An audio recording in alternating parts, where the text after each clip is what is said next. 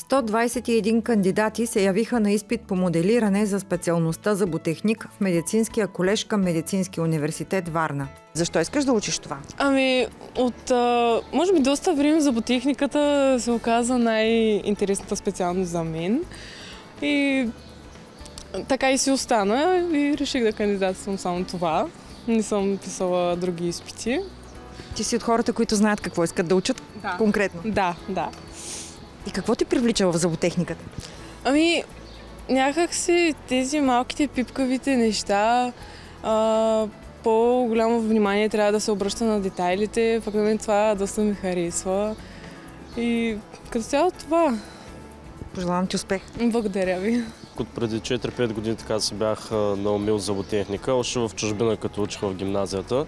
Аз, понеже в Германия съм живял дълго време и още оттам се бях наумил, като се завърша, да се върна в родния си град, да си запиша зъботехника и да се надявам, че всичко ще мине добре, защото все пак това съм си искал отдавна.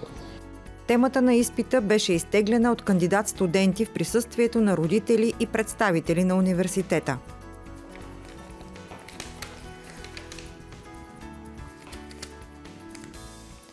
Първи горен молар. Шести горен. Ето. А ти се казваш? Ешим. Ешим, браво. Това добре ли е?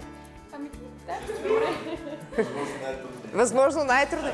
Да, обаче пък така да ви кажа, когато кажа, че е най-труден, тогава най-добрите успяват, така че това е смисъла. Изпитът по моделиране е с продължителност 5 часа, а между 8 и 10 кандидати се разпределят за работа в различни зали.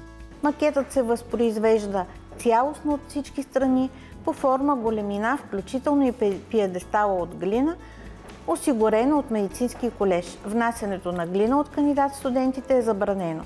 По преценка на кандидат-студентите, корена на зъба може да се армира към пиедестала без армировката да се вижда. От Медицинския колеж съобщават, че за едно място в специалност зъботехник се борят 3 кандидати, а интересът към възможностите за образование в учебната институция нараства.